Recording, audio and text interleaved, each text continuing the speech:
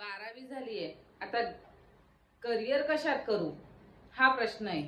विचार करून करून तुम्हाला आता असं जाणवलं की नाही मला वकिली करायची, पण वकिली करण्यासाठी कोर्स कोणता आहे, त्याची माहिती काय, त्या कोर्सचं पूर्ण नाव काय, किती वर्षाचा आहे, काहीच माहित नाहीये ना।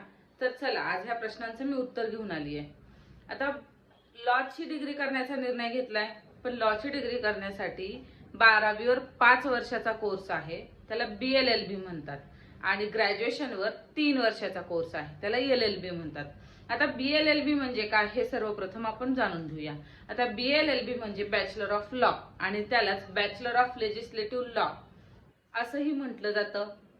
आता हा संयुक्त अंडर ग्रॅज्युएट प्रोग्राम आहे, यामध्ये कला आणि कायद्याचं एकत्रीकरण करून केलेला एक अभ्यासक्रम बनवलेला आहे।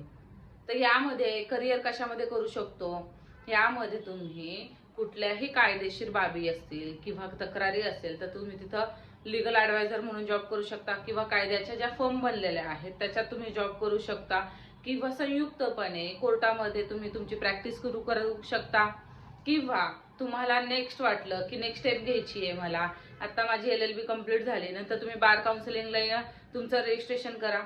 रजिस्ट्रेशन झाल्याच्या नंतर तुम्ही जर 12वी नंतर 5 वर्षाचा हा कोर्स न बॅकलॉग लागता क्लिअर केलेला असेल तर तुम्ही लॉची डिग्री घेतल्याबरोबरच तुम्ही ज्युडिशियलची तयारी करू शकता। परंतु जर तुमच्या एखाद्या वर्षाला एटीकेटी बसली आहे, बॅकलॉग आहे, तर तुम्ही 3 वर्षाची प्रॅक्टिस करून ज्युडिशियलची ही तयारी करू शकता।